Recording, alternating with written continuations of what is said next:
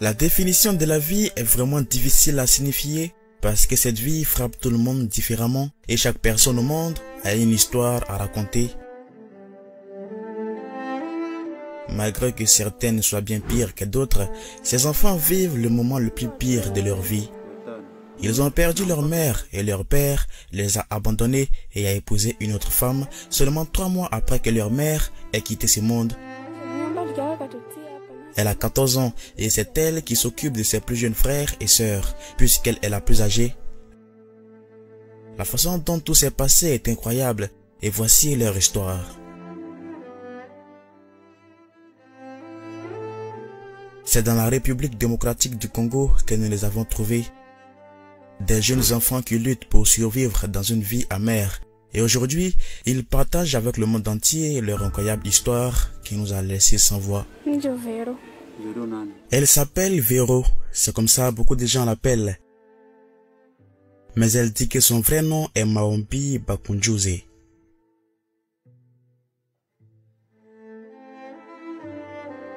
Elle a 14 ans.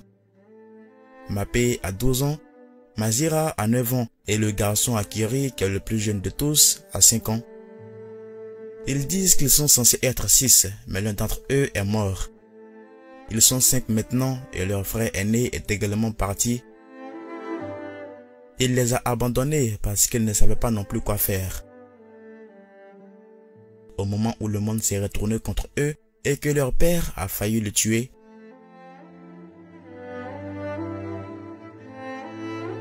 au début, ils étaient une famille heureuse et tout allait bien. Les 2 parents vivaient en paix et travaillaient pour s'occuper de leurs 5 enfants. Ils vivaient tous amitié en famille. Mais très vite, les choses se sont effondrées et personne n'y s'y attendait.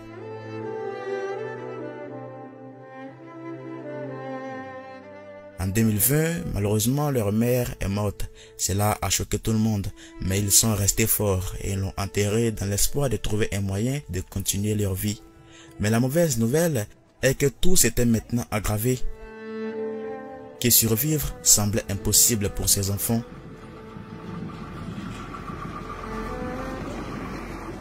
Seulement 3 mois après qu'ils aient perdu leur mère, leur propre père les a jetés hors de la maison, aussi jeunes qu'ils étaient, et il a épousé une autre femme. Quand ils ont été jetés dehors, Véro avait 12 ans et le plus jeune avait 3 ans. Quand cette dame est venue dans leur famille, tout a changé. Ils ne reconnaissaient plus leur père. Il s'était transformé en une personne sans cœur qu'ils n'ont jamais connue. Il a fait des choses incroyables et ils disent que c'est comme s'il était sous l'influence de quelque chose. Ils étaient si jeunes et ils ne savaient pas où aller. Ils n'avaient nulle part où partir. Ils sont sortis dans la rue, si affamés et confus. Heureusement, ils ont rencontré leur oncle et lui ont dit ce qui s'était passé et il les a recueillis. Il les a amenés dans une petite maison où ils vivaient et leur a dit d'y dormir. Il était pauvre, donc il n'y avait rien de plus qu'ils puissent faire au sujet de leur situation. Le lendemain matin, ils se sont réveillés et ils se sont habillés pour aller à l'école. Mais ils avaient extrêmement faim. Ils sont passés devant la cour de leur père et dans la plantation tout autour. Leur frère aîné a coupé une canne à sucre et l'a apporté à ses jeunes frères et sœurs afin qu'ils puissent manger et ne pas mourir de faim. Mais au moment où ils ressortaient, leur belle-mère l'a vu. Elle a immédiatement couru dire à leur père de le punir parce qu'ils voulaient la nourriture de cette plantation. Pourtant, ils avaient été jetés de cette maison. Ils n'avaient donc rien à faire là. Leur père est venu le chercher. Le garçon en question s'appelle Kubaka et il l'a retrouvé. C'était vraiment un geste que le jeune homme allait regretter de toute sa vie. Il a battu son fils sans pitié. Kubaka a été grièvement battu jusqu'à ce qu'il soit inconscient. Il avait beaucoup de blessures avant d'être ensuite transporté d'urgence à l'hôpital pour un traitement. Il est tombé dans le coma et il a dû subir une intervention chirurgicale intense. Il a été tellement battu qu'il a saigné à l'intérieur, ce qui n'était pas du tout une bonne nouvelle. Et si rien n'était fait immédiatement, il allait en mourir. C'est pourquoi on a dû lui faire une intervention chirurgicale. Il pensait qu'il allait mourir, mais heureusement il a survécu et ils sont rentrés chez eux. Quand Kubaka est rentré à la maison, il avait peur que son père revienne. Alors il a dit à sa sœur Vero et ses autres frères et sœurs qu'il partait quelque part et qu'il allait revenir. Il a quitté la maison, il s'attendait à ce qu'il revienne plus tard dans la soirée, mais c'était le dernier jour où ils l'ont vu.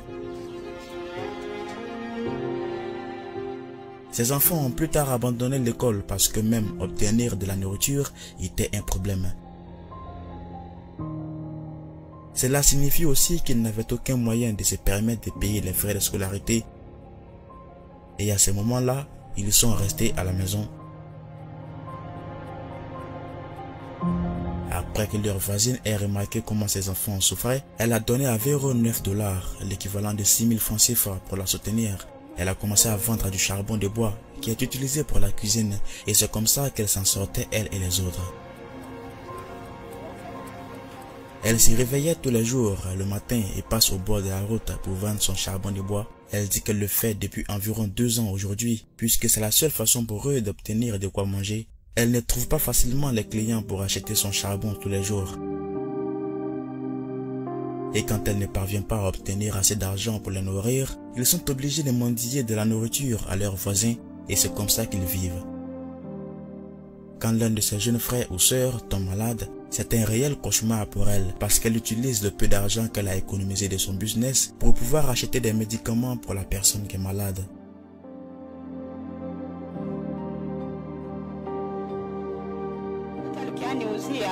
Je vois cette fille depuis un certain temps et il y a un moment elle est venue acheter du charbon.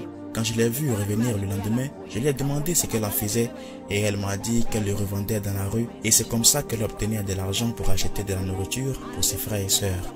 Elle m'a raconté son histoire et c'était vraiment triste. En ces temps, elle avait utilisé tout l'argent pour acheter des médicaments pour ses frères et sœurs et elle n'avait pas d'argent pour acheter plus de charbon pour le revendre. Maintenant, je le lui donne pour aller le vendre et elle vient le payer quand elle obtient des clients. Elle garde ensuite le profit et voilà, c'est comme ça, c'est tout ce que je pouvais faire pour elle.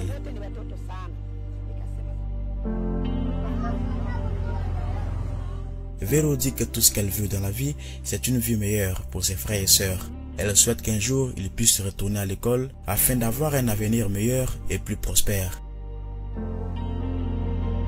Elle va à l'église la plupart du temps et c'est pour cela qu'elle prie. Elle sait qu'elle va bientôt se marier à cause de la situation dans laquelle ils vivent aujourd'hui. Elle ne sera plus en mesure de subvenir à leurs besoins quand ils seront grands. Alors, elle sera obligée d'avoir une main supplémentaire pour l'aider. Donc, se marier est la seule solution à laquelle elle peut penser.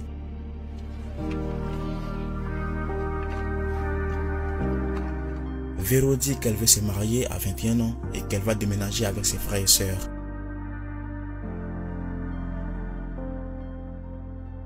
Et si son mari n'est pas prêt à les accueillir tous, elle est déterminée à le laisser partir parce qu'elles sont tout ce qu'elle a aujourd'hui. Ce sont ses frères et sœurs.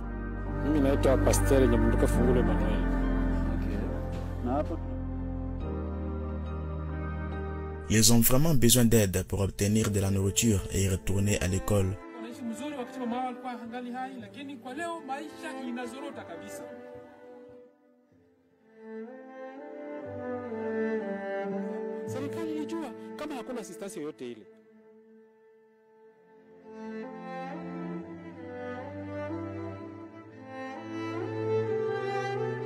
Et tous ceux qui veulent les aider, les fonds qui les soutiendront seront donnés via Giving Life, un lien qui se trouve dans la description de cette vidéo et épinglé dans le commentaire le plus élevé par Afromax Français.